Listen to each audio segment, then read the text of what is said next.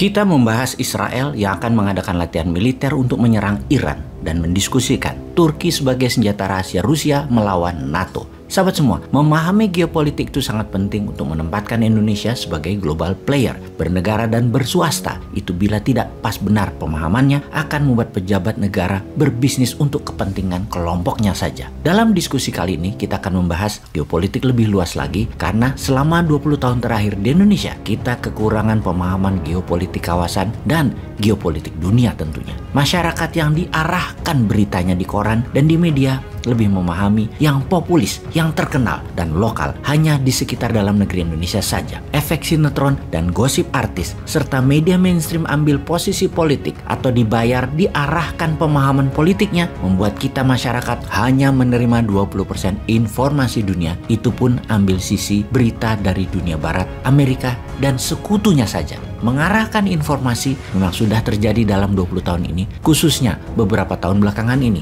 Ini semua kesengajaan strategi politik penguasa dan hal itu wajar. Misalnya, kita masuk sebentar ke dalam negeri. Tentang 2 tahun lagi kekuasaan akan pindah tangan. Maka pejabat saat ini, penguasa saat ini sudah mulai mengarahkan dukungannya ke Ganjar dan Erik sebagai pasangan 1 dan 2 di tahun 2024. Secara populis, Pak Ganjar cukup mumpuni. Secara finance, Erik cukup mumpuni. Dan hal ini penting untuk mengawal kesuksesan politik 8 tahun menjabat selama ini.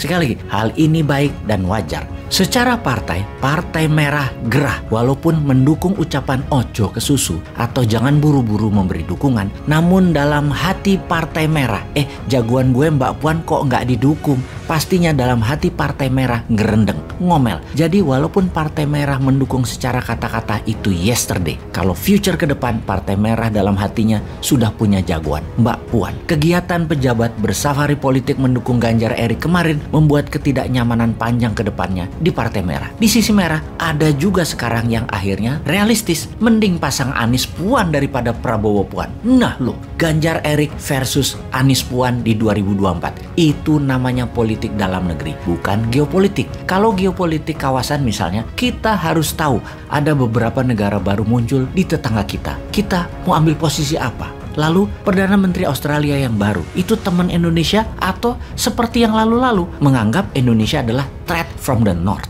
Atau tindakan Singapura melarang UAS masuk ke Singapura itu bagian dari tekanan Amerika atau memang kebijakan dalam negeri Singapura? Nah, hal seperti ini penting untuk difahami bagi Indonesia sebagai langkah geopolitik kawasan agar tidak dikendalikan negara lain. Memahami geopolitik kawasan dan dunia, semua itu penting di dalam membuat Indonesia kelak menjadi negara superpower di tahun 2045. Atau hanya membuat Indonesia jadi negara pasar untuk membeli produk-produk hasil negara lain. Atau juga hanya jadi negara penyuplai bahan baku mentah seperti selama ini. Indeks manufaktur dan produksi industri hampir dikatakan tidak tumbuh. Hasil tambang, pertanian, dan perikanan kalau tidak diolah sebagai bahan jadi atau bahan setengah jadi, ya tidak ada nilai tambahnya. Jangan mengatakan kita GDP-nya meningkat dan besar kalau penghasil GDP tersebut adalah perusahaan FDI asing dan usaha milik oligar. Jadi bersama channel ini kita memberikan wawasan tambahan, mungkin sedikit namun tujuannya agar sahabat menyadari potensi Indonesia yang belum digarap sempurna karena lemahnya memahami geopolitik luar negeri negara dan bangsa lain. Kita harus paham bagaimana Botswana, Switzerlandnya Afrika bermain di antara konflik dan negaranya tidak punya laut alias landlocked tapi bisa menjadi negara terkaya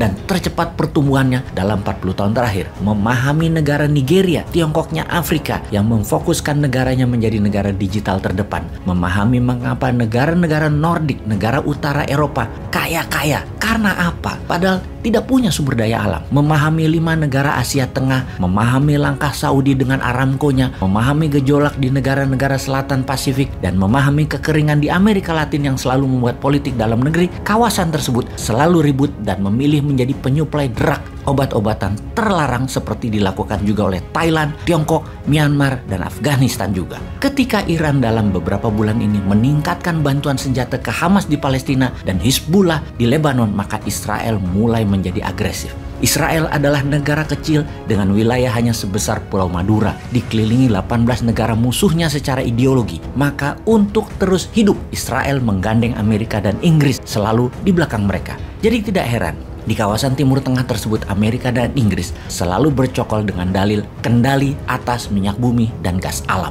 Memang secara dagang Amerika lah yang mengontrol 70% minyak bumi di dunia ini. Saudi, Irak, Kuwait, Qatar, Emirat misalnya adalah negara penghasil, namun menjualnya urusan Amerika, mendistribusikannya urusan Amerika, kapal tankernya urusan Amerika, tangki-tangkinya urusan Amerika, teknologinya urusan Amerika. Di luar Amerika, saat ini mungkin hanya Rusia yang memahami minyak dan gas secara teknologi dan secara distribusi. Rusia ada di Iran, Rusia ada di Turki, Rusia ada di Tiongkok, Rusia ada di negara Asia Timur seperti di Uzbekistan, Kyrgyzstan, Azerbaijan, dan lain sebagainya untuk minyak dan gas bumi sebagai perusahaan teknologi dan mitra usaha. Kembali ke Israel, negara kecil yang dikelilingi musuh tersebut, kalau ditanya siapa Israel enemy number one, maka pasti jawabannya adalah Iran. Secara teritori, Iran Israel tidak ada perselisihan teritori, tidak ada perselisihan wilayah karena tidak menempel negaranya. Permusuhan Iran dan Israel adalah permusuhan ideologi. Keduanya sudah tahunan saling mengancam dan saling membunuh menggunakan operasi intelijen di banyak negara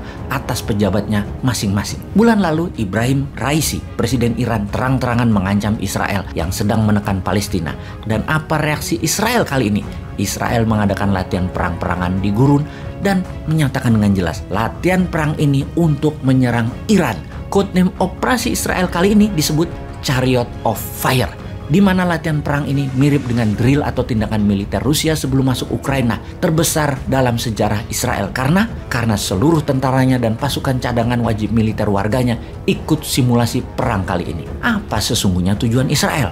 Satu, sebagai pembiasaan high level readiness, kesiapan perang level tingkat tinggi. Dua, meningkatkan kapasitas tentara Israel. Dan ketiga, menyiapkan tentara Israel dan warganya untuk multi-front war dan perang jangka panjang jika semua ini terjadi. Israel mengatakan persiapan ini penting dan wajib dilakukan karena ancaman Iran makin meningkat karena memang Iran berencana menyerang Israel di masa Ibrahim Raisi ini serius digarap. Di mana jelas Raisi mengatakan Iran siap menyerang Israel kapan saja Iran mau lakukan. Just one wrong move Israel, Iran serang. Sementara di Yerusalem, sejak 2 bulan ini tegang. Suasana perang warga di bawah ancaman laras senjata Israel. Latihan militer itu akan diselenggarakan 29 Mei 2022 ini, di mana pasukan Amerika dan Inggris, bagian dari latihan perang tersebut, sudah hadirkan kapal induk, jet fighter, pesawat pengisi bahan bakar di udara, dan 3.000 tentara. Bahkan Joint Force Chief Army atau Panglima Tentara Gabungan Amerika mengirim Michael Kurilla akan ikut hadir dalam drill militer latihan perang kali ini. Sahabat, pesan apa yang kalian terima dengan informasi kali ini? Lalu Indonesia harus bagaimana?